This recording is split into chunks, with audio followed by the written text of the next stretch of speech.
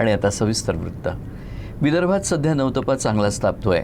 नवतपाच्या चौथ्या दिवशी विदर्भातील गोंदिया, नागपूर आणि वर्धा जिल्ह्यात पारा 46 अंशांच्या पार गेलाय।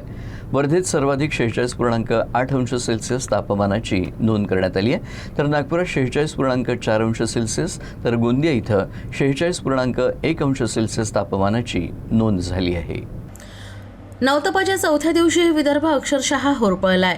सूर्याच्या तीव्र झळांनी जनजीवन विस्कळीत झालंय। गोंदिया, नागपूर आणि वर्धा या 3 जिल्ह्यांमध्ये तापमानानं 46 अंश सेल्सिअसचा टप्पा पार केला। वर्धा जिल्ह्यात सर्वाधिक 46.8 अंश सेल्सिअस तापमानाची नोंद करण्यात आली आहे, तर नागपुरात 46.4 आणि गोंदियात 46.1 अंश सेल्सिअस तापमान नोंदवलं गेलं। अकोल्यात तापमान 45 अंशावर पोहोचलं असून अमरावतीत 45.2 अंश सेल्सिअस तापमानाची नोंद करण्यात आली। चंद्रपूरमध्ये 45.4 तर ब्रह्मपुरीत 45.2 अंश सेल्सिअस तापमानामुळे जनजीवनावर परिणाम झालाय।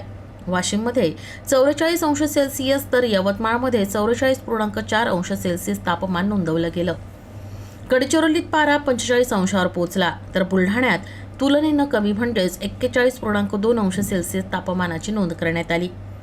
तर या काळात वाढत्या उष्णतेमुळे नागरिकांनी दुपारच्या वेळेत घराबाहेर पडणं टाळावं, तसंच भरपूर पाणी पिण्याचा सल्ला आरोग्य विभागानं दिला आहे। तर वेधशाळेनुसार 29 मे नंतर तापमानात 3 ते 4 अंशाची घसरण होण्यास सुरुवात होईल।